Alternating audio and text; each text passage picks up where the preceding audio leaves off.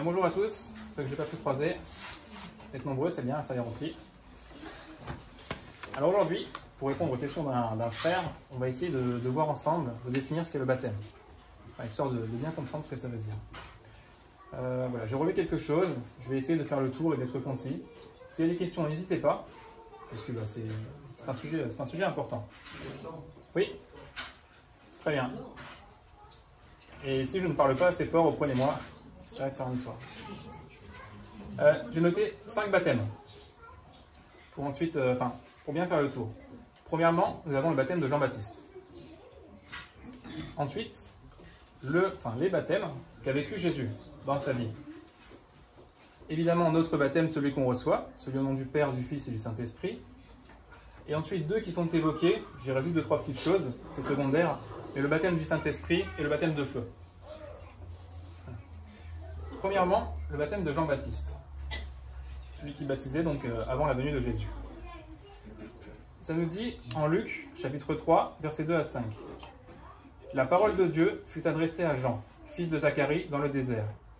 Et il alla dans tout le pays des environs du Jourdain, prêchant le baptême de repentance, pour la rémission des péchés, selon qu'il est écrit dans le livre des paroles d'Ésaïe le prophète, c'est la voix de celui qui crie dans le désert. Préparez le chemin du Seigneur, aplanissez ses sentiers. Et donc Jean-Baptiste a prêché le baptême de repentance. Et il disait de croire en celui qui viendrait après lui. Donc il a préparé le peuple. Donc il les a rendus disposés, il leur a parlé de la repentance, pour effectivement les préparer à Jésus qui viendrait ensuite. Il a dit aussi, moi je vous baptise d'eau, pour vous amener à la repentance, mais celui qui vient après moi est plus puissant que moi, et je ne suis pas digne de porter ses souliers. Lui, il vous baptisera du Saint-Esprit et de feu.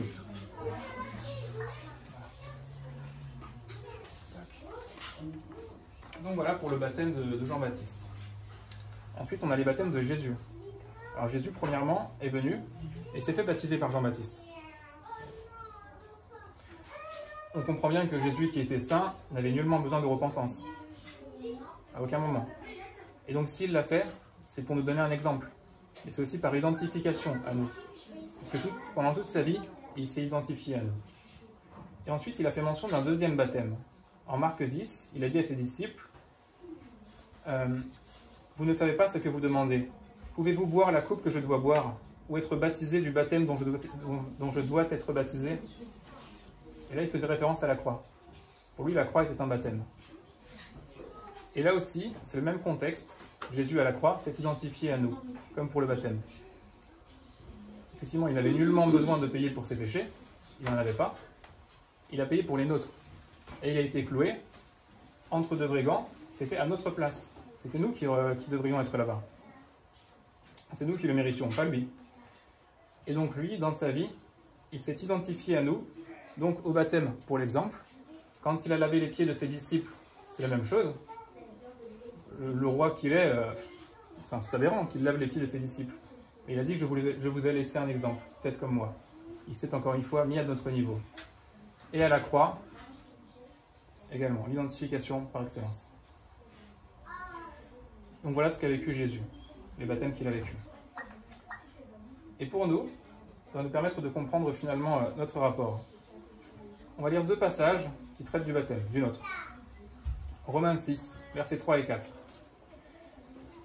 Ignorez-vous que nous tous qui avons été baptisés en Jésus-Christ, c'est en sa mort que nous avons été baptisés? Nous avons donc été ensevelis avec lui par le baptême en sa mort, afin que, comme Christ est ressuscité des morts par la gloire du Père, de même nous aussi, nous marchions en nouveauté de vie. Donc baptisés en la mort du Christ. Et Galates 3, versets 26 et 27. Car vous êtes tous fils de Dieu par la foi en Jésus-Christ.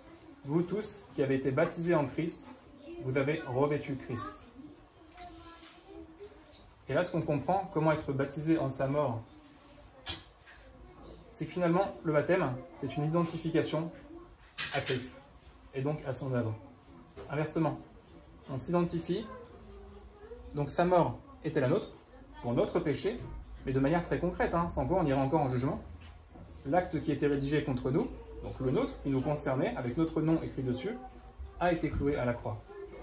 Et inversement, il est ressuscité. Donc nous pouvons, étant réconciliés avec Dieu, on peut déjà avoir une nouveauté de vie. Et bien sûr, on aura part aussi à la résurrection future.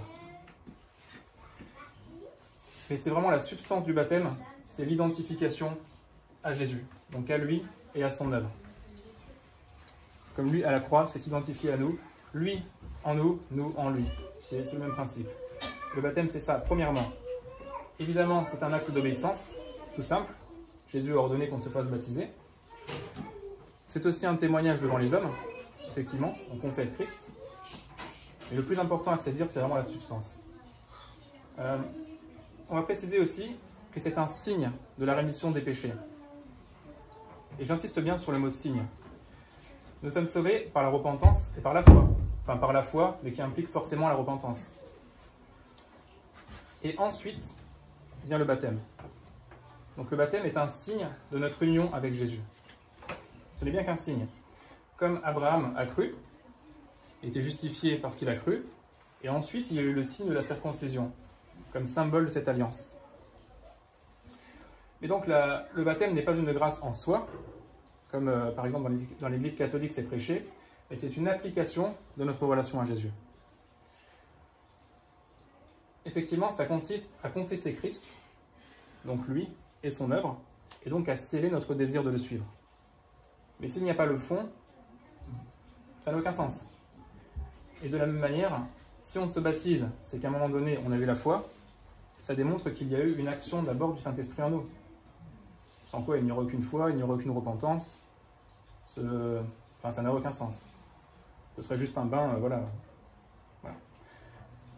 Pour comprendre cette histoire de signes, on a 3 types du baptême qui sont mentionnés. On va les regarder. On a le déluge, premièrement, selon 1 Pierre 3, 19 et 21. Il dit que 8 furent sauvés à travers l'eau. Et donc ceci était une figure du baptême. Il parle de ça. Dans ces 8 personnes, tous ne furent pas sauvés. Puisqu'on a Canaan dans l'histoire. Maudit soit Canaan. Je doute qu'il fut sauvé.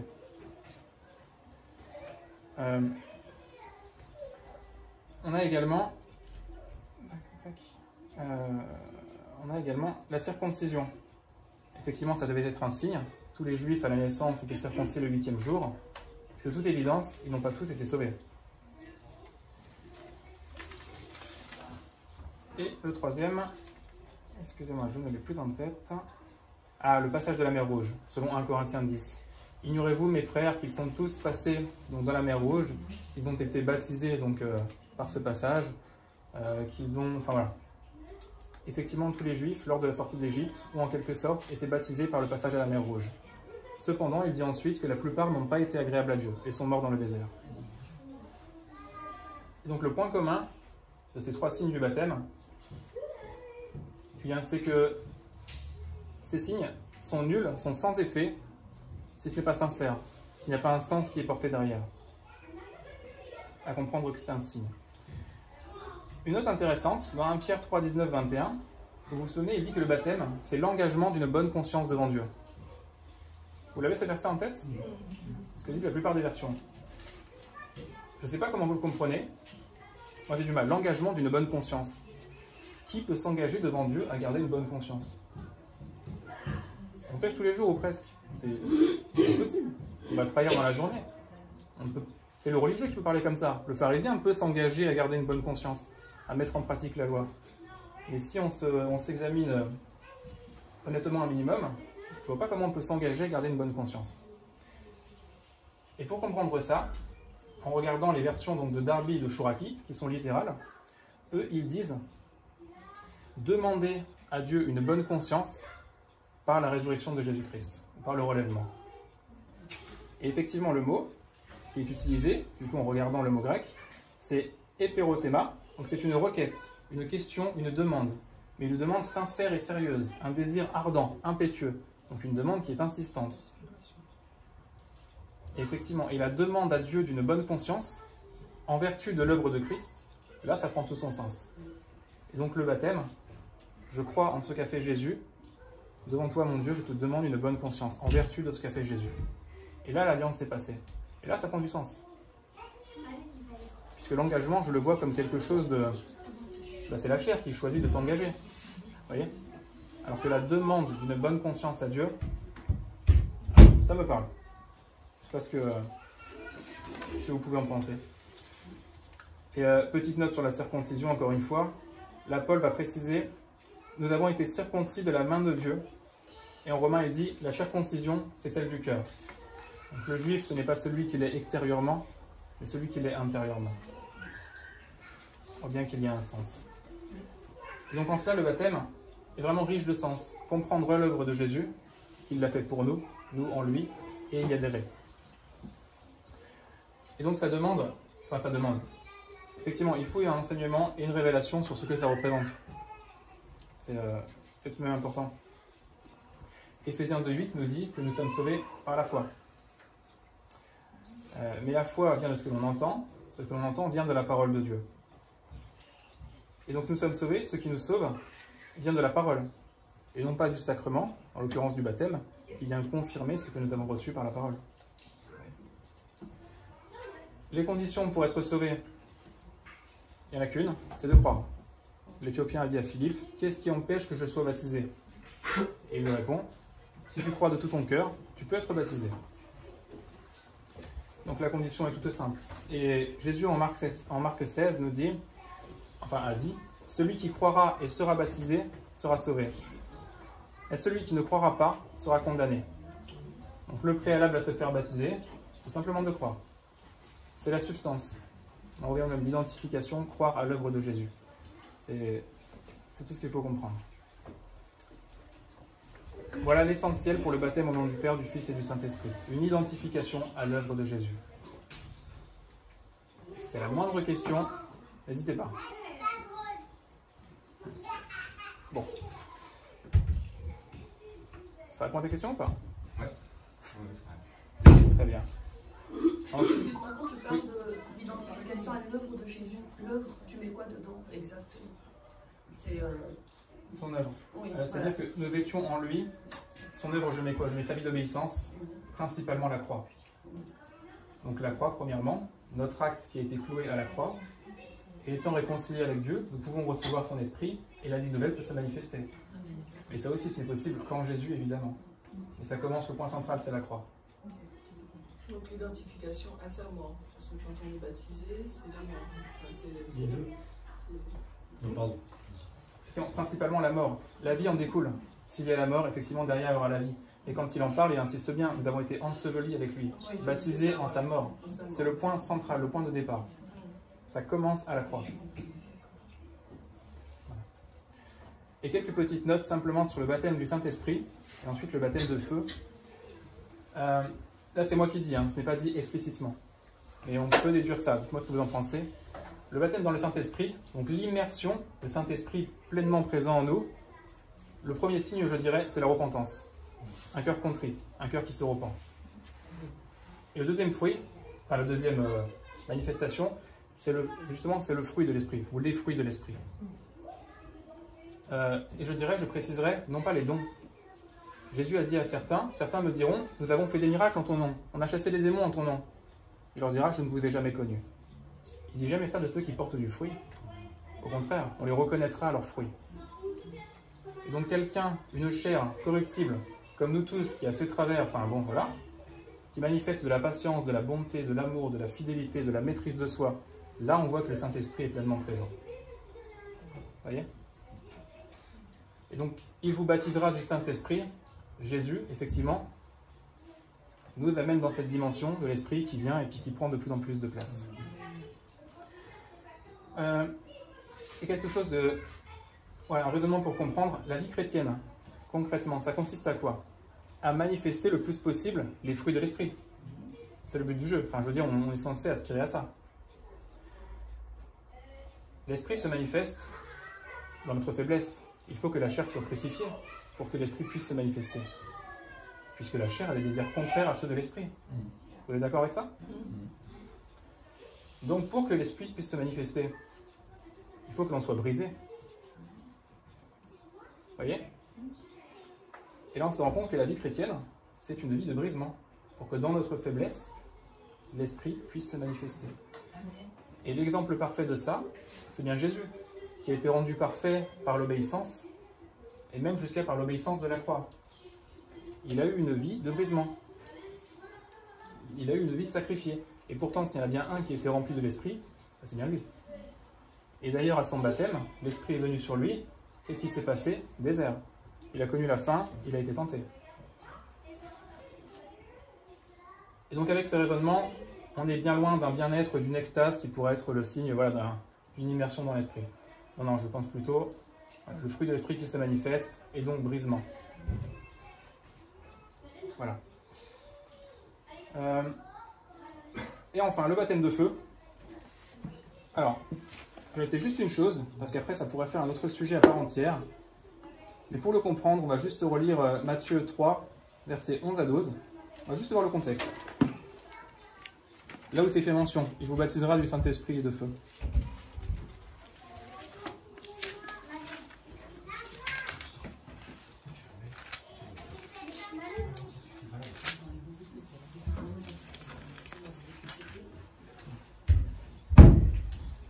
Alors, dans le contexte,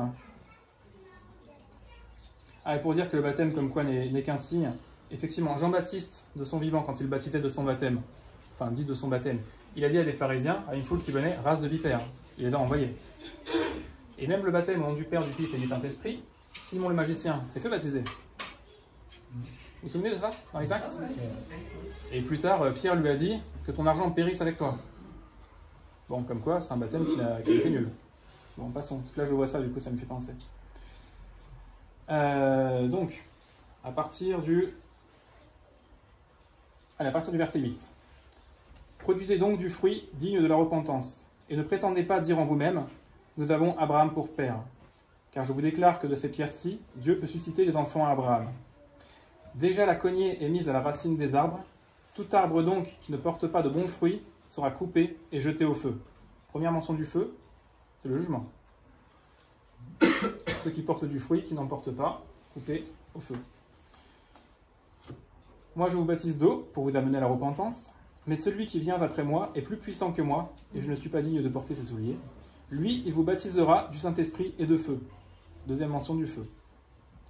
Il a son vanne à la main, il nettoiera son aire, et il amassera son blé dans le grenier. Mais il brûlera la paille dans un feu qui ne s'éteint point.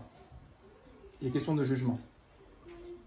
Le verset précédent, le feu, synonyme de jugement. Le verset suivant, le feu, synonyme de jugement. Entre les deux, ça me paraît évident, c'est un synonyme de jugement. Et une petite idée qui va avec, notre Dieu est un feu dévorant, nous dit Hébreu. Et c'est dans sa nature. Il est un feu dévorant, pas que pour ses ennemis. Il est. Le jour où on sera en sa présence, on sera en la présence d'un feu dévorant. Et l'esprit est un synonyme de l'eau, souvent d'ailleurs c'est mis ensemble dans la parole. L'eau purifie, l'eau nettoie, et c'est le travail de l'esprit en nous. Il nous émonde, il nous travaille. Là en l'occurrence, comme il dit, il nettoiera son aire, il amassera son blé dans le grenier. Le blé c'est nous, on est bien préparé, on est émondé toute la vie. Donc on est purifié par l'esprit. Et l'eau purifie, le nettoie, le feu consume. Donc Jésus vient, effectivement, avec le baptême du Saint-Esprit, donc qui purifie, qui émonde petit à petit, et en même temps avec le feu qui consumera tout ce qui n'est pas purifié, tout simplement. Donc en ce sens, il est les deux à la fois. Je pense que les deux vont ensemble. Il est un feu dévorant. Certains seront consumés entièrement, et d'autres auront été purifiés, effectivement, passeront au travers du feu, pourront entrer dans la présence de Dieu. Tandis que pour d'autres, non, bien sûr que non. Voilà, en tout cas, après, il y a matière à réflexion. Hein. Mais en tout cas, dans le contexte, verset d'avant, jugement, verset d'après, jugement, voilà, le baptême du feu, ça me paraît être assez clairement un jugement. Voilà pour le petit message sur le baptême. J'espère avoir été clair. Y a-t-il une question, une remarque? Quelqu'un n'est pas d'accord? Ça peut arriver. Rien du tout? Pourquoi le baptême du feu? Le feu, c'est la souffrance. La souffrance, c'est le jugement de Dieu. Le jugement de Dieu. Je le comprends comme ça. Alors, encore une fois, quand on dit que Dieu est un feu dévorant, c'est-à-dire que ce qui est à son contact, soit est à la gloire de Dieu et passe, soit ne l'est pas et est consumé. Comme il est dit dans 1 Corinthiens 15, ce qui est construit avec de l'or, de l'argent, des métaux précieux, passe dans le feu, ça survit. Tout ce qui est de la paille, du bois, du chaume, c'est consumé. Et donc je le comprends comme ça. Dans la présence de Dieu, ceux qui seront remplis de l'Esprit, enfin qui le sont,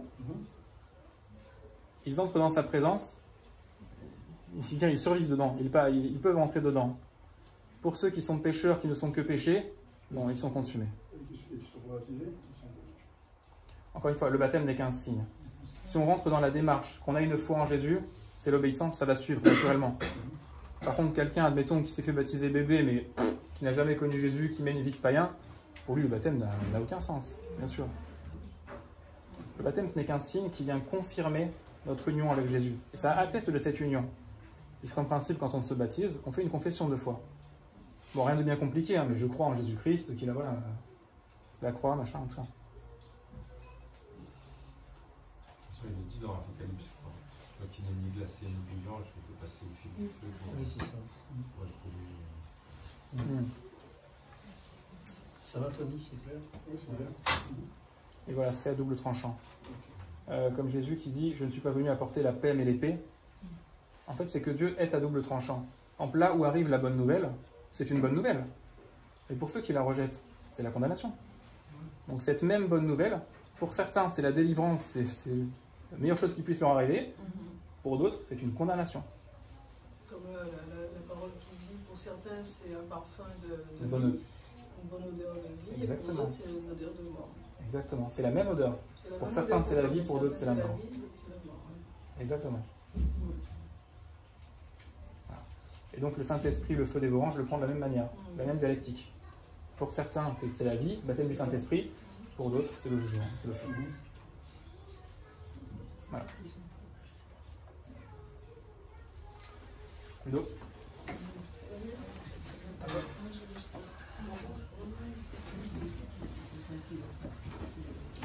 Merci Alexandre. Est-ce que ça va? Tout est clair? Hein, donc on a bien compris que le baptême ne sauve pas, mais c'est l'expression visible d'un acte de foi et d'une conversion. En fait, on témoigne devant le monde, devant les anges, devant Dieu, que voilà, nous sommes disciples de Christ. Donc, oui. Je pose une question par rapport à ce que Solange a dit. J'ai une question quand la même chose est une. Avec quoi le verbe? Soit un parfum de vie, soit un parfum de mort. Donc c'est une question qui n'a rien à voir, mais ça m'a rappelé. Voilà. En fait, quand on se convertit, Oui. d'accord, il y a des gens qui se convertissent par peur d'aller en enfer. Oui. Oui, on a déjà entendu ça. Il y a des gens qui se convertissent, c'est-à-dire l'évangile, bah, ça part de l'enfer et ça part du ciel. Et donc il y a des gens qui viennent à Christ par peur d'aller en enfer, et puis il y a des gens qui ne viennent pas à Christ parce qu'ils ont été touchés par sa personne. Comment c'est possible en fait? Je veux dire, est-ce qu'on peut venir à Christ juste parce qu'on a peur d'aller en enfer? Non. Mais après, il peut y avoir aussi une vraie conversion, mais après, il faut enseigner. C'est-à-dire que la personne... le problème, c'est qu'on ne sait pas comment elle réagit, la personne. Même quand elle dit ça avec ses mots, on ne sait pas ce qui s'est passé dans son cœur. Est-ce que c'est uniquement la peur d'aller en enfer? Si une personne a vraiment été convaincue qu'elle allait en enfer dans l'état où elle était, c'est biblique, puisque c'est le Saint-Esprit qui convainc de péché, de justice et de jugement. Maintenant, si elle reste uniquement focalisée là-dessus, c'est-à-dire que maintenant sa vie, à partir de sa conversion, entre guillemets, est basée uniquement sur la crainte de Dieu, peut-être qu'elle peut avoir eu une rencontre vraiment réelle, où elle a vu, parce qu'il faut la repentance, hein, mais maintenant il faut l'enseignement pour expliquer que, bon, maintenant, tu es une nouvelle créature en Christ, tu vois, mais je ne peux pas savoir vraiment comment la personne est. Oui, parce que c'est une question qui a été, que j'ai vue dans Ouais. les commentaires. C'est quoi l'évangile? Est-ce que c'est Dieu qui nous arrache de l'enfer où on partait, Ouais, forcément, ouais. ou qui nous donne justement de la nouvelle vie où on va vers Christ? Les Enfin, deux. j'ai bien compris Les la question deux. de la personne, mais Les deux je sais pas comment nous arrachent de l'enfer pour nous donner la vie. C'est les deux. Les deux sont indissociables. C'est comme la repentance et la foi. En fait, on dissèque en théologie pour comprendre les différents aspects, et c'est un seul acte de salut. Donc, moi, j'ai senti, effectivement, que... J'ai pas senti que j'allais en enfer, moi. j'ai senti que j'étais un pécheur et que vraiment que Dieu m'a montré l'état de mon cœur. Ça m'a amené la repentance. Je n'avais pas cette notion d'enfer. Bon, je me doutais que forcément il y avait une voie de conséquence. Mais tout de suite, presque. Alors, je peux pas. En fait, le salut, le problème, c'est que voilà, on veut prendre un microscope. C'est le problème un peu de la théologie, j'en conviens, c'est qu'on essaye de disséquer les différents aspects du salut. Mais moi, tout ça, ça s'est fait en même temps. C'est-à-dire que j'ai compris que j'étais pécheur, j'ai pleuré sur mon état, mais j'ai senti le pardon aussi. C'est-à-dire que le salut, s'il n'y a pas le sentiment de pardon, ben, il n'y a pas de salut. Je veux dire, c'est ok, tu es comme ça, donc là on se repent et on ressent le pardon de Dieu, et on ressent l'amour de Dieu, et on repart de là nettoyé, renouvelé, avec cette expérience de ce qu'on appelle la nouvelle naissance, qui fait que désormais, voilà, les choses anciennes sont passées, et je me projette dans le futur avec une vision eschatologique du Seigneur. C'est ça. En fait, c'est tout un ensemble. Donc les personnes, bon, moi j'étais dans un milieu où il y avait beaucoup de gens qui étaient braqués sur le péché, le péché, le péché. En fait, ce sont souvent des gros pécheurs, et c'est souvent des gens qui ont des comptes à régler avec les autres. Donc ça veut dire qu'il y a une attitude de cœur qui n'est pas réglée avec le Seigneur. Maintenant, de là à dire ils sont convertis ou pas, ça j'en sais rien. Mais il doit y avoir ce sentiment de, effectivement, je suis pécheur. Pourquoi pas, bah, oui, je suis convaincu que je suis en enfer, ok, ça c'est évident. Mais il doit y avoir ce sentiment de pardon, je suis pardonné, parce que sinon c'est compliqué. Je vais avoir une compréhension de Dieu qui ne va pas être correcte, tu vois. Et ça ne va pas m'encourager à le suivre d'ailleurs. Hein. Je vais le suivre d'une manière légaliste, mais à un moment donné, ça va coincer, tu vois. Alors si je suis pardonné, si je sais qu'à ma conversion, j'ai expérimenté le pardon, ça veut dire qu'à chaque fois que je vais tomber, parce que je tomberai, eh ben, je pourrai me relever parce que Dieu pardonne. Alors que si j'ai ce sentiment que sans arrêt, c'est la destruction, la grâce, je ne sais pas où elle est. Parce qu'en fait, la clé de la conversion, c'est la grâce. Tout est grâce. Je ne sais pas si j'ai répondu. Ouais, ça va. Okay. Il y a d'autres questions? Oui. Non, vas-y toi. Oui, c'était par rapport à ce qu'au début, vous avez dit, on va dire, entretien de baptême. Vous en avez parlé au tout début, là, parce qu'on n'en avait pas parlé. Parce que, concrètement, si vous faites une réunion d'évangélisation, vous annoncez l'évangile, et puis une personne est touchée, elle vient vous voir, je veux être baptisé. Est-ce que vous la baptisez tout de suite? Ou très bonne question. On fait un entretien de baptême, mais quand on dit ça, on pense à un truc en 10 épisodes. Comme certains ont connu, ouais, en 3, 4, 5, 6 mois. Que la personne qui demande, on va faire la démarche de savoir si elle a bien compris le message, justement. Okay. Toutes les étapes que vous avez dit bien, et après, quand on sait qu'elle a bien compris, là on peut le faire. Okay. Mais pas de baptiser immédiatement parce que la personne l'a demandé. Ouais, c'était ça la question. D'accord. Qu'est-ce que tu en penses, toi? Bah, moi, je pense que c'est mieux d'avoir un entretien avec la personne et puis si elle a bien compris de A à Z. Ok. Alors, je vais te faire une réponse de Normand. Une réponse de sémite, comme d'habitude. Ça dépend, en fait. Pourquoi? Si, par exemple, j'annonce bien l'évangile, et que la personne, après avoir bien annoncé l'évangile, elle a envie de se baptiser, qu'est-ce que tu veux que je rajoute si j'ai bien annoncé l'évangile? Parce qu'il y a des cas, et on le voit dans la Bible, alors tu vas me dire c'était l'église des acceptes, mais il y a des baptêmes immédiats. Pourquoi? Parce que l'évangile était bien prêché. Ça, c'est le premier point. Le deuxième point, c'est que dans le cadre de l'église, effectivement, parfois on a des gens qu'on ne connaît pas qui ont à cœur de se baptiser. Et moi, je pense qu'il faut un entretien. Il n'y a pas besoin de 3 mois.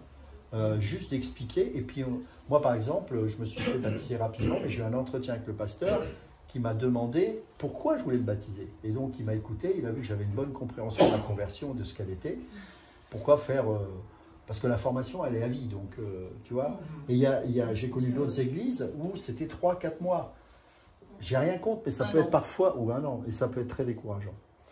Par contre, et c'est là où je te rejoins, c'est qu'il y a eu des sectes que je ne citerai pas, qui évangélisaient dans les rues et qui faisaient des baptêmes immédiats. Est-ce que tu sais que ça, c'était des baptêmes pour encourager les fausses conversions, à leur faire croire qu'ils étaient chrétiens? Pourquoi? Parce que l'évangile qu'ils prêchaient était faux. Et je peux te dire que j'ai vu des gens sous drogue se baptiser. Je ne citerai pas les noms. Mais et ils ont pignon sur eux aujourd'hui. Et le problème, c'est que quand tu discutes avec ces gens, on voit qu'ils ont une foi qui n'est pas la foi. Pourquoi? Parce que l'évangile qu'on leur a présenté n'était pas l'évangile. Alors évidemment, ça plaît aux gens. Donc eux, ils ont envie de se baptiser, mais ils ne sont pas chrétiens en fait. Donc tu vois, c'est une question d'équilibre. C'est qu'est-ce que j'annonce? Si j'annonce bien l'évangile et que des personnes ont à cœur de se baptiser, bah, c'est qu'elles ont bien compris. Voilà. Après, tu peux poser des questions dans la foulée, savoir si elles ont vraiment bien compris. Il n'y a pas besoin de faire, tu vois. Et puis, parfois, dans le cadre de l'Église, on ne sait pas qui on a, de faire des rappels. C'est une question d'équilibre. Mais là où je fais attention, effectivement, beaucoup de faux évangélistes utilisent cet argument en disant, ouais, dans le livre des Actes, il y a eu des baptêmes immédiats. Oui, mais sauf que l'évangile que tu annonces est faux. Donc, ils vont se baptiser sur un évangile qui est faux. Et c'est pour ça que j'ai rien contre quelqu'un qui décide, après avoir compris l'évangile, de se faire baptiser à nouveau. D'autres n'en ressentent pas le besoin, et ça, j'y touche pas, parce que c'est chacun sa vie avec Dieu, mais d'autres ressentent le besoin, et je respecte ça. Parce que certains sont venus voir en disant, ah, mais non, mais en fait, j'ai pas entendu la parole, en fait. Et il y en a qui sont venus en disant, voilà, et je refuse pas le baptême dans ce cas-là. Voilà, donc en fait, c'est une question de discernement. Quand même une question, est-ce que c'est à nous de contrôler la foi des autres? Non. Donc le fait, en fait, qu'on dise aux gens qu'on va vérifier s'ils ont bien compris, on rentre dans une sorte de contrôle. Voilà, dans l'église, il y a l'ivraie, il y a le blé, et puis c'est Dieu, après, qui fait le travail. Parce que si le baptême, c'est juste un signe, c'est pas le baptême qui sauve, c'est la personne qui veut montrer qu'elle croit en Christ. Ouais. Donc le salut, de toute façon, il est prévu de toute éternité. Donc pourquoi on contrôle, en fait, le désir des gens de se baptiser? Alors, parfois c'est un contrôle, mais en fait, on ne vérifie pas pour la personne, mais pour nous. Parce que nous, on a des comptes à rendre devant Dieu. C'est pas n'importe qui baptise. Et donc, si j'ai dit quelque chose et que la personne n'a pas bien compris, je dois quand même au moins vérifier qu'elle a bien compris ce que j'ai enseigné, ce que j'ai partagé, pour être certain, pour valider. Maintenant, ce n'est pas une histoire de contrôler, effectivement, je suis d'accord avec toi. Nous, on a vu ça dans les églises, hein, ça dure des fois 6 mois, 1 an. Malheureusement, il y en a même certains qui arrêtent. Parce que, c'est quoi le critère? À partir de quel moment où là, on sent que je suis prêt? Et là, effectivement, là, par contre, ça devient un contrôle. Mais je pense que c'est important que nous, en tant que prédicateurs de l'évangile, lorsque quelqu'un nous entend et veut se faire baptiser, bon, ben moi, je pense qu'elle a bien compris, tout va bien, mais je vais quand même un petit rappel de 5 minutes pour voir si elle a bien saisi le sens. Par rapport à moi, si j'ai bien prêché l'évangile. Et si tu penses qu'elle n'a pas bien saisi le sens, tu ne la baptises pas, alors qu'elle a vraiment envie d'être baptisée, parce qu'il y a la compréhension, et puis la foi débordante du nouveau converti. Moi, personnellement, ça ne m'est jamais arrivé. Tous ceux qui avaient à cœur de se baptiser, ils avaient bien compris. Après, on ne comprend pas tout dans la vie. Et je ne vais pas lui demander de comprendre la sotériologie, l'eschatologie, la sanctification. Non, c'est juste, voilà, est-ce que tu as bien compris que c'était déjà pas... Parce que moi, je vérifie surtout si elle a bien compris que c'était pas ça qui sauvait. Oui. Ça, c'est important. Que c'était juste un signe et que voilà. Ce qu'a expliqué, ça n'a pas pris longtemps, Alexandre, la mort. On est dans l'eau, on expérimente la mort. Le symbole est magnifique. Hein. Je ne sais pas si vous réalisez le symbole comme il est magnifique. Alors qu'on se met dans l'eau, on est mort, on est noyé dans la parole, dans la mort en Christ. On s'identifie à sa mort et on ressort. Et cette image où on ressort et on est nouveau, c'est magnifique. Bon, bah, ça ne prend pas 2 secondes. Hein. Mais je suis d'accord, oui, il faut faire attention. Le but, c'est de laisser Dieu agir. Hein. Voilà, c'est l'équilibre. J'ai un autre élément de réponse peut-être par rapport à la question de contrôle. C'est que ceux qui baptisent doivent discerner un minimum. De la même manière qu'on n'accepte pas tout le monde dans l'église, un frère qui est en situation flagrante de péché, on doit le reprendre et s'il faut le virer. Parce que communication, c'est ça. Ben, on ne baptise pas n'importe qui, n'importe comment. Il s'agit de faire rentrer une personne dans l'église. On cadre un minimum. Il y a juste un discernement pour savoir si effectivement ça rentre un petit peu dans les clous. Mais la question, voilà, c'est le discernement, sans rentrer dans le contrôle absolu. Voilà, il y a des gens qui vont manifester sur un coup d'émotion un baptême, enfin, une envie de se faire baptiser, tu creuses 3 minutes, tu vois que non, il n'y a rien du tout. D'ailleurs, ça va rejoindre le partage sur la scène. C'est marrant, tiens, mais une personne qui a à cœur de se faire baptiser, qui est ivre, pas dans l'esprit, hein, tu ne vas pas l'accepter. Qui a bu. Ben, je ne vais pas l'accepter. Ou qui est drogué, je ne vais pas l'accepter. De toute façon, les gens qui évangélisent dans la rue, il n'y a pas de baptisés. Ben, je ne vais pas faire de commentaires, mais certains ont baptisé des gens dans cet état. Ben, moi, je n'accepterais pas. Par rapport à ce qu'Alexandre a dit, parce que c'est important, c'est pour ça que j'insiste Ouais, un peu. ouais. Je crois qu'il y a un passage dans Actes où c'est le père de famille, je ne sais plus comment il s'appelait, Ah, d'accord. qui a cru. Et on a baptisé toute sa maison. Ouais. Est-ce qu'on a été vérifié sur chaque membre Non, de sa maison bien sûr. croyait? Bien sûr. C'est une question. Bah, déjà, le geôlier a été vraiment touché. Oui. D'accord. Donc lui, c'était clair que Paul lui a expliqué l'évangile, tout n'est pas écrit. Hein. Quand il est allé dans ce foyer, il a échangé avec eux. Pas que le geôlier, avec toute la famille. Et il faut savoir que la notion d'individualité était différente en Orient qu'aujourd'hui. Quand moi je me convertis, avec les familles que nous formons aujourd'hui, c'est un peu chacun pour soi. Donc en Orient, quand je me convertissais, bah, tout le monde y allait. Hein. Parce que le père était vraiment le père. Et donc quand on voit que le père était capable de se convertir, d'ailleurs vous avez souvent des témoignages quand vous entendez des Turcs musulmans qui se convertissent, tu as toute la famille qui suit. Parce que souvent le père était violent ou il était dur à cuire. Et puis quand les enfants, la mère, même la grand-mère des fois, parce qu'ils vivent souvent ensemble, ont vu le patriarche comme ça se convertir, ils ont suivi. Pourquoi? Parce qu'ils ont vu que cet homme a rencontré un Dieu que eux aussi adhèrent aujourd'hui. Parce qu'ils voient qu'il y a quelque chose qui s'est passé. Donc voilà, c'est une question de vie encore une fois. Hein. On est toujours dans cet aspect-là. Mais c'est vrai qu'il y a des fois où on se doit de ne pas vouloir baptiser quelqu'un s'il est en état d'ébriété, s'il est gay, s'il fait ça par moquerie ou par provocation, etc. Bien sûr, c'est plus par rapport à nous devant Dieu, quoi. Mais c'est bien, c'est une question importante parce qu'on est confronté à ça régulièrement, hein, évidemment. Et comment savoir si on est livré ou du blé? Ah ben ça c'est... Il l'a dit, on ne sait pas. Donc c'est toi devant Dieu. Mais le problème de l'ivraie, c'est qu'il croit être chrétien. Laissons à Dieu le soin de savoir. Beaucoup d'églises ont voulu tomber dans ce piège et malheureusement on arrache le blé avec. L'ivraie pense qu'il est chrétien forcément? Pas forcément. Est-ce qu'il y a une différence entre l'ivraie et le loup? Le loup, il sait qu'il n'est pas chrétien. Pas forcément, non. Pas forcément. Pas forcément le Pas loup. forcément. Pas Il forcément. se déguise le loup. Donc à partir du moment où tu te déguises, tu sais que tu n'es pas un agneau. C'est l'hypocrisie.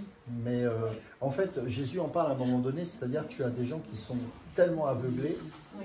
qu'ils ne veulent pas se repentir et donc ils en sont avec des prédateurs. Enfin, c'est une forme de folie. Hein. D'ailleurs, on le voit en dehors de la conversion, chez les criminels, c'est souvent l'étape comme ça qui arrive. Hein.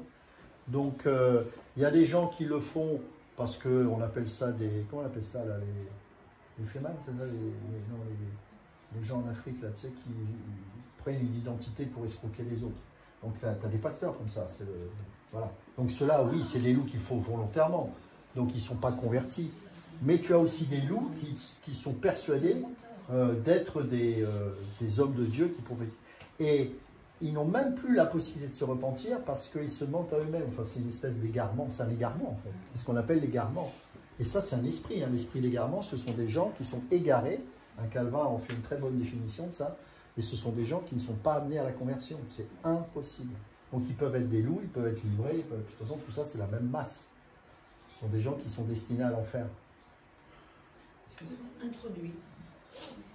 Et il y en aura. Il le faut. Pourquoi il le faut? Pourquoi il faut qu'il y ait de temps en temps des loups qui viennent? Pour éprouver l'Église. Pour éprouver l'Église. Pour éprouver l'Église. Pour la purifier, la sanctifier, et parfois, malheureusement, la juger. Parce que c'est pas normal que le premier faux prophète qui vient dans une assemblée, l'assemblée, boum, ça y est, elle suit le faux prophète. Donc, c'est exactement ça. Pour juger. Pour juger, pour sanctifier, pour éprouver, etc. Et qui, continuer avec le baptême pour qu'on sache tout, qui baptise? Qui peut baptiser? Bonne question. Alors en fait, dans le livre des Actes, on voit les apôtres, on voit le papa, on voit, enfin c'est familial, c'est voilà. Mais j'ai pas vu. Alors moi, je crois que ce sont les autorités qui baptisent. Pourquoi? Parce que Dieu a établi des autorités dans l'Église. Maintenant, ça c'est dans le cadre où on est dans une assemblée, où voilà. Maintenant, j'ai vu des situations où des gens se trouvaient dans des pays où, bah, je sais pas, moi, il y a un évangéliste, bah tiens, le frère qui était missionnaire en Albanie, avant qu'il ait son assemblée, il y a eu des gens qui étaient touchés par le Seigneur. Voilà, la question n'était pas de se poser s'il fallait un pasteur ou un ancien pour baptiser, voilà, voire même une femme. Pourquoi? Parce qu'il n'y avait pas d'autres possibilités. Et je pense que Dieu peut encore agir comme ça dans l'esprit. Mais moi, je crois qu'aujourd'hui, l'Église a des autorités et que c'est aux autorités. J'ai du mal avec cette histoire, on baptise à tout va avec n'importe qui. Et qui les a baptisés, ces gens-là, à ce moment où il n'y avait pas encore... Bah, si par exemple tu as quelqu'un qui parle de Dieu, mais qui n'est pas pasteur, par exemple, je ne sais pas moi, Alexandre, il va en Albanie, ça fait un mois qu'il est là, il commence à prêcher l'évangile, puis il y a des gens qui veulent se faire baptiser. Tu ne vas pas revenir en France, faire venir un pasteur, tu le baptises. En tout ça, c'est l'équilibre. En fait, c'est pour ça que j'évite d'être dogmatique, parce que c'est la vie de l'esprit. Maintenant, dans le cas d'une église ici, il y a des autorités. Donc, c'est les autorités qui baptisent, c'est les anciens et les pasteurs. Par contre, je ne crois pas que les femmes baptisent. Mais là encore, dans le cadre de l'église. Sauf si parfois, à l'extérieur, il n'y a pas de possibilité. Les femmes n'ont pas de ministère d'autorité ecclésiastique. Ça, je ne négocie pas avec ça. C'est pas biblique. C'est la mettre en danger. C'est pas son rôle. Et quand on est bébé, on est baptisé, comme beaucoup de gens ouais. ici. Et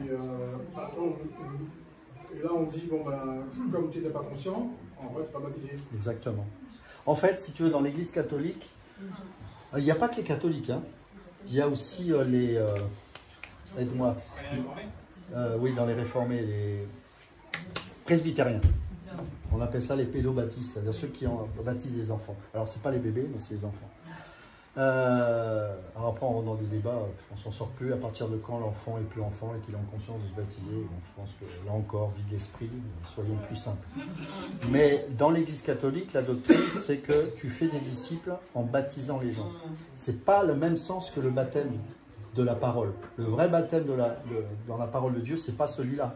Eux, ils croient que le baptême t'incorpore dans le salut, et comme tu es dans l'Église en étant sauvé, en fait, pour eux, les conversions, c'est de prendre les bébés et de les baptiser, en fait. Entre autres, il n'y a pas que ça.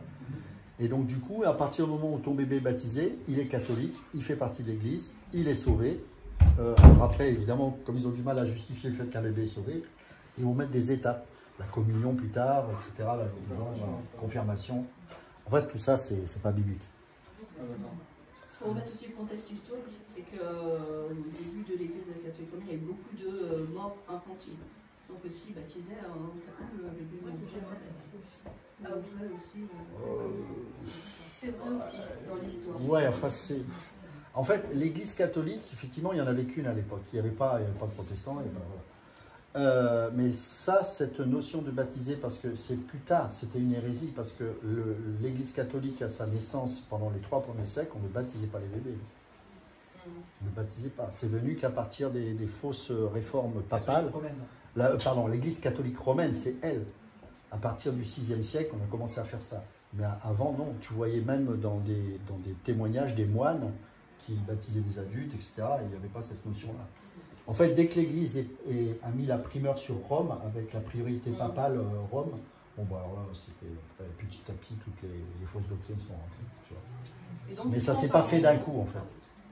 Alors effectivement, à cause des morts et tout ça, mais je pense que la véritable raison, elle n'était pas là. La véritable raison, c'est que l'Église catholique est devenue une autorité politique et qu'on convertissait à la hache et à l'eau. C'est ça la vérité. C'est que l'Église catholique, elle voulait faire des conversions en coupant les têtes ou alors en les menaçant. C'est pour ça qu'il y a eu une grande efficacité, ça c'est sûr. Et puis en baptisant les mômes, parce qu'au moins on ne leur demandait pas leur avis, et c'était comme ça. Et d'ailleurs, même les baptêmes adultes étaient forcés. C'est-à-dire que quand, par exemple, un empereur chrétien venait avec les évêques faire la guerre, quand il prenait possession d'un territoire, par exemple viking, etc., il venait avec l'évêque et les baptêmes étaient forcés, sinon on les trucidait. Donc tu vois, on est loin de cette image épinale. Et puis, le contexte aussi, je crois, ce qui est dramatique, c'est que pour eux, effectivement, c'était l'Église qui sauvait. non pas Jésus. Ouais, Une fois baptisé, on rentre dans l'église. Ils détournent les yeux de Christ pour les amener sur l'église. Et l'idée qu'il y a derrière, c'est l'idolâtrie. Le même truc qui dit que Marie est une médiatrice entre nous et Jésus, du coup, c'est ce qu'ils pensent. Hein. Et donc nos yeux se détournent de Jésus pour être sur Marie. C'est l'idolâtrie. Et eux, l'église, attire l'attention sur eux, sur l'église qui sauve, plutôt que sur Jésus. Ça détourne l'attention. Enfin, c'est pour ça que je crois que le diable fait même des apparitions mariales, des choses comme ça. En fait, le diable va utiliser d'attaquer la personne de Jésus. Soit en disant que Jésus n'est pas Dieu, donc s'il n'est pas Dieu, tu n'es pas sauvé. Il faut savoir qu'il y a des religions dites chrétiennes qui pensent que Jésus était prophète, était Messie, mais n'était pas le Fils de Dieu dans le sens Dieu. Donc là, c'est compliqué. Et il y en a beaucoup. Les Mormons, les Adventistes, en fait, on en a plein. Hein. Et donc là, ce sont des gens qui ont besoin d'une réelle conversion. Et puis tu as... j'ai perdu le fil. Je disais quoi? J'ai perdu le fil. Détourner de Jésus. Oui, merci. Merci, Jésus. Détourner de Jésus dans le sens où l'Église sauve. On met un intermédiaire, c'est Marie. Donc tout ça, c'est nous détourner du Christ, du regard de Christ, et mettre un médiateur autre. Ça peut être comme Branham, les branhamistes. Les branhamistes pensent qu'on est sauvé en Branham. Ça, personne ne va vous le dire. N'allez jamais dans une église branhamiste, puisque, en fait, eux, ils sont les successeurs des Branham, et donc, Branham sauve. Ça, très peu de gens le savent.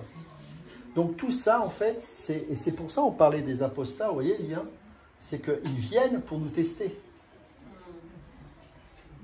Parce qu'au départ, la plupart, c'était des églises qui étaient unies. Mais petit à petit, il y a des faux prophètes qui viennent, voilà, j'ai une vision, tac, tac, tac, et puis... c'est pour ça qu'il y avait des conciles avec les premières églises dites catholiques, mais qui n'étaient pas romaines, jusqu'au concile de Nicée. Enfin, il y en a eu d'autres après. Hein. Et les catholiques, d'ailleurs, font encore des conciles, même si aujourd'hui ça a dévié. Les conciles, c'était justement pour que l'Église reste unie autour de cette doctrine. Et quand il y avait des choses qui n'étaient pas conformes, ils réunissaient les évêques, et puis ceux qui étaient reconnus comme étant des faux docteurs, parce que ce qu'ils disaient n'était pas conforme à la parole, ils étaient excommuniés. Et l'Église, au niveau local, doit agir de même sur les doctrines principales. C'est important. Pourquoi? Ce n'est pas pour dire que l'Église a raison de croire en telle ou telle chose. C'est que la seule source de croissance du croyant, c'est la parole. Donc, si par exemple, je sais que je donne de la nourriture à un enfant, mais que je sais que dedans, il y a un truc qui va l'empoisonner, je suis bien obligé de trancher. En fait, c'est ça le sens. Et donc, être ferme dans la doctrine, c'est pour que le peuple soit bien affermi, pour qu'il ne soit pas bancal, pour qu'il n'ait pas une nourriture qui va l'empoisonner dans 10, 15, 20 ans. C'est pour ça que c'est une lourde responsabilité. Et Paul fait prendre conscience à Timothée que il faut qu'il sorte de sa timidité, parce que justement, il aura une lourde responsabilité. Il ne faut pas qu'il n'ait peur de confronter les faux prophètes, parce que Paul lui transmet le bâton apostolique en disant, mais reprend, censure, exhorte en toute occasion, favorable ou non. Timothée qui est timide, il entend ça. Ah oui, mais attention, c'est ton appel. Donc pas de sentiment. Parce que, on a vu la suite, hein. On sait ce que l'Église malheureusement va traverser. Enseignez-leur à observer tout ce que j'ai prescrit. Exactement, tout. C'est-à-dire que si tu sais que dans l'église, il y a quelque chose, je sais pas, il y a quelqu'un qui trompe sa femme, ou quelqu'un qui bat sa femme, ou quelqu'un qui, je sais pas, qui a des comportements qui sont pas justes, tu dois convoquer cette personne et parler à cette personne. Bien sûr. Moi, j'ai eu la grâce d'avoir de bonnes églises où ces choses-là étaient traitées. Et bien sûr, oui. Bien sûr. Alors, bibliquement, correctement. Hein. D'abord, seul à seul, etc. Enfin, bon, on ne va pas refaire l'enseignement là, mais oui, bien sûr. Bien sûr. Si jamais on est dans une assemblée là, puis moi j'apprends, ou Alexandre apprend que y a quelqu'un qui tape sa femme, je ne vais pas faire comme si de rien n'était. C'est pas correct. Pas seulement pour la femme qui est battue, bon ça c'est terrible, mais aussi pour lui, pour qu'il puisse se repentir. Et que dire des enfants que l'on baptise, certains posent des questions, est-ce qu'on baptise un enfant Oui, préado. enfin, pas oui, ça, mais certains croient ça, oui, pardon. Un préado, ou bien 13, 14 ans, 12 ans. Ok.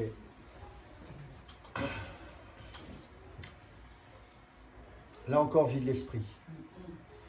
À partir de quand Pierre a été sauvé, l'apôtre Pierre?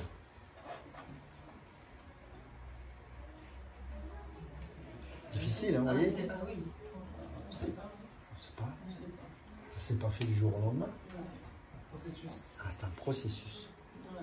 À partir de quand un enfant est déclaré enfant et à partir de quand un enfant est déclaré adulte devant Dieu par rapport au salut? J'en sais rien. Parfois, j'en sais rien. Oui, mais Ah, évidemment, si c'est un enfant oui, il y a un âge où on sait qu'il est enfant et qu'il n'a pas la capacité d'être autonome et de penser par lui-même correctement. Ça, on sait qu'il y a des âges. Mais, parce que tu as parlé, c'est pour ça que je dis ça, il a parlé des pré-ados et des ados. Les pré-ados et les ados, ça n'existe pas dans la Bible. Ça, c'est un terme marketing qui a été inventé dans les années 60. Non, mais je rigole pas, c'est la vérité. L'adolescence, il faut arrêter avec vos enfants de leur parler, ça n'existe pas. Un juif passe à l'âge adulte à l'âge de 12 ans, enfin 13 ans. 13 ans. Alors évidemment, aujourd'hui, à 13 ans, on a des bébés, hein, ça je suis d'accord, sa maturité n'était pas la même. Donc vous voyez, là encore, c'est relatif. Mais il n'y avait pas de stade intermédiaire. Ça n'existait pas. L'adolescence, arrêtez, ça n'existe pas. C'est un processus, un apprentissage à la vie adulte qui est permanente. Donc, on sait déterminer à partir de quand on sort de l'enfance, ça c'est sûr. On le voit. Après, je ne donnerai pas un âge, mais, parce qu'aujourd'hui, on a quand même des bébés. Hein. Mais à 13 ans, il n'y a pas d'adulte. Hein, c'est des enfants, voilà. Mais à un moment donné, quand on dit ado, pré-ado, même pré-ado, pour moi, ça n'existe pas. Il est responsable. Un enfant de 16 ans qui va taper à mort son copain de 16 ans, il est condamnable à la même hauteur qu'un adulte. Parce que sinon, on va rentrer dans des circonstances atténuantes parce que le papa, il n'était pas à la maison et machin. Oui, mais moi, j'ai 40 ans, j'ai tué mon voisin, mais je n'ai pas connu mon père. Donc, je peux avoir... Tu vois? En fait, c'est que on est dans une société aujourd'hui où il y a toujours des excuses. Et à cause de ça, on en est là aujourd'hui. Des gamins qui peuvent poignarder n'importe qui dans les rues. Donc, pour revenir au baptême, tu le sais si la personne a la maturité quand elle partage. Moi, j'ai vu des enfants se faire baptiser de 14 ans et c'était formidable parce qu'ils avaient une réelle compréhension. Là encore, tu vois, ça, c'est on veut mettre des choses visibles. Pourquoi j'élargis toujours quand on me pose ces questions? C'est pour qu'on comprenne que finalement, tout ça, c'est une question de l'esprit. Un homme, ça a les cheveux courts, c'est biblique. Le premier qui dit non, attention. Ok. Est-ce que vous pouvez me définir à partir de quand c'est court? Bonne chance. Chez les juifs, court chez un homme, c'était ça. Hein? Ah, on fait quoi? Oui, c'est ça. Voilà, exactement. Parce que quand on me dit que quand on est en Christ, il n'y a plus de culture, faux. Parce que la culture nous aide à développer une conscience.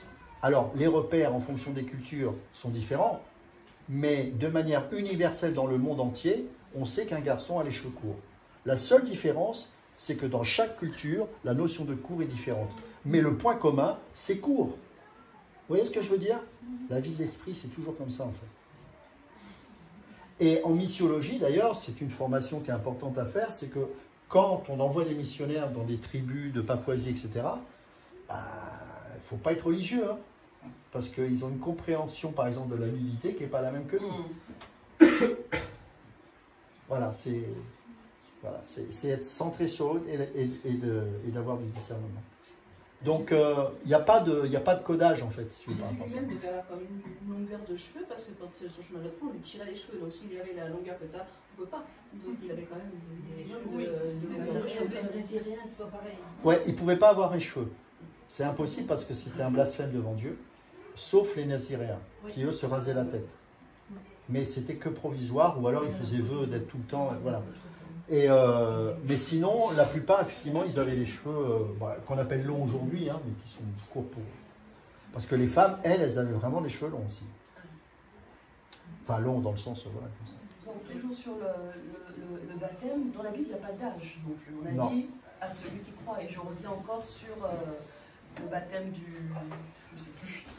On en a parlé, oui, du geôlier. Quand on a baptisé toute sa maison, on ne sait pas quel âge, quel âge les enfants qui étaient là, c'est vrai, c'est une bonne question, qui étaient là avaient. Donc dans la Bible, c'est celui qui croit. Voilà. Et qu'est-ce que Jésus a dit par rapport aux enfants? Laissez venir à moi les petits enfants, car le royaume des cieux appartient à ceux qui leur ressemblent. Donc, des enfants, donc il n'y a pas d'âge, et Jésus nous montre là qu'un petit enfant peut croire en lui. Exactement, ça, je suis complètement d'accord avec toi, et en plus, imagine un enfant qui a à cœur de se baptiser, parce que ce n'était pas la même question, là c'était à quel moment on accepterait, c'est-à-dire qu'on doit déterminer un âge de maturité. C'est pour ça que je dis, bah non, on ne peut pas répondre à ça. Mais refuser à un enfant qui veut le baptême, ça c'est grave. Enfin c'est grave, sauf s'il fait ça par provoque. Mais un enfant qui a vraiment à cœur de se faire baptiser, le rejeter, c'est un peu comme Jésus où les disciples rejetaient les enfants, ils disaient non, laissez venir à moi les petits enfants. Et ça c'est grave. On peut juste faire ce que tu as dit, passer par les mêmes questions qu'on pose aux adultes, pour savoir s'il a bien compris ce qu'il est en train de faire. Si par exemple, une petite puce là, qui a 10 ans et qui a envie de se faire baptiser parce qu'elle prend conscience, vous m'imaginez si je dis non, c'est terrible. Ce serait mal, hein, personnellement. Alors là-dessus, dans notre famille, elle veut se faire baptiser à 9 ans. Donc elle demande au pasteur, je veux me faire baptiser. Alors il dit, madame, non, mais tu es trop jeune, non, mais moi je veux me faire baptiser. Wow. Alors elle dit, c'était. Alors on voulait. Je veux me faire baptiser. Et le pasteur lui dit, bah, j'ai jamais eu de cas comme ça, c'est le premier cas qu'on me pose à cet âge-là de se faire baptiser. Mais oui, mais moi je veux me faire baptiser. Ouais. Elle dit, le Seigneur a dit, laissez venir à moi les petits enfants. Ne les empêchez pas, le royaume de Dieu. Oui, alors là, il faut que je demande au conseil des églises, qu'est-ce qu'ils en pensent. Et donc, ils ont donc dit, voilà, donc c'était une première, qu'elle est ici, là, elle est présente. Donc elle s'est fait baptiser, elle avait 9 ans. Le conseil des églises avait donc accepté, parce qu'elle en voulait. Ça, c'est bien. Alors, au moins, merci aussi pour le conseil qui a évité d'attrister un enfant de Dieu qui voulait. Ça, c'est super. C'est des bonnes questions, tout ça, vraiment. Hein. Merci, parce que c'est vrai que là, on est... Voilà, il y a des gens qui veulent se faire baptiser, ils ont besoin de comprendre un peu tout ça. C'est bien. C'est pas grave, on prêchera peut-être plus tard. C'est pas un problème, ça. Je voulais vous parler de la scène, mais peut-être qu'on prendra ça.